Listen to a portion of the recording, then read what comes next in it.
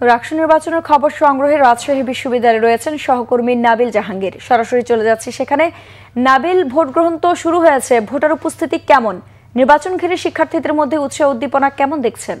আইরিন, আমরা কয়েকটি ভোট কেন্দ্রে ঘুরেছি এবং যেটি দেখতে পেয়েছি যে সকাল 9টায় নির্ধারিত সময়ে কিন্তু অনেকগুলি ভোট কেন্দ্রে ভোট গ্রহণ শুরু হয়েছে এবং আমরা দেখতে পেয়েছি যে লাইন ধরে শিক্ষার্থীরা ভোট দিচ্ছেন। তবে এখন আসলে যে কেন্দ্রের সামনে আছে সেখানে কিছুটা বিলম্বে, অর্থাৎ প্রায় 20 মিনিট পরে ভোট গ্রহণ শুরু হয়েছে এবং এখানে ভোট দিচ্ছেন শহীদ হাবিবুর রহমান হলের শিক্ষার্থীরা। আপনি নিশ্চয়ই দেখতেই পাচ্ছেন যে আসলে ইতিমধ্যে লম্বা লাইন এখানে হয়ে গেছে এবং এই ভোট কেন্দ্রে শিক্ষার্থীর সংখ্যা প্রায় 2500 এবং আমরা কিন্তু সকাল থেকে দেখছি যে বেশ শান্তিপূর্ণভাবেই ভোট গ্রহণ চলছে এবং গতকাল থেকে কিন্তু এক ধরনের উৎসবের আমেজ আমরা কিন্তু এখানে দেখেছি এবং যারা শিক্ষার্থীরা ভোট দিতে এসেছেন তাদের সাথেও আমরা কথা বলেছি। সব মিলিয়ে পরিবেশ নিয়ে কিন্তু তারা সন্তুষ্ট।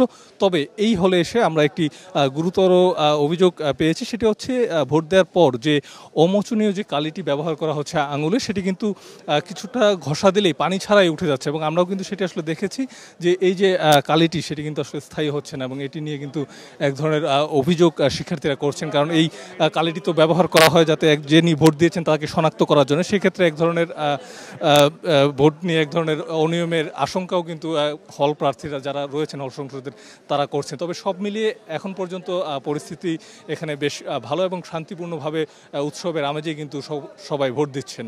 আইরিন, ধন্যবাদ নাবিল।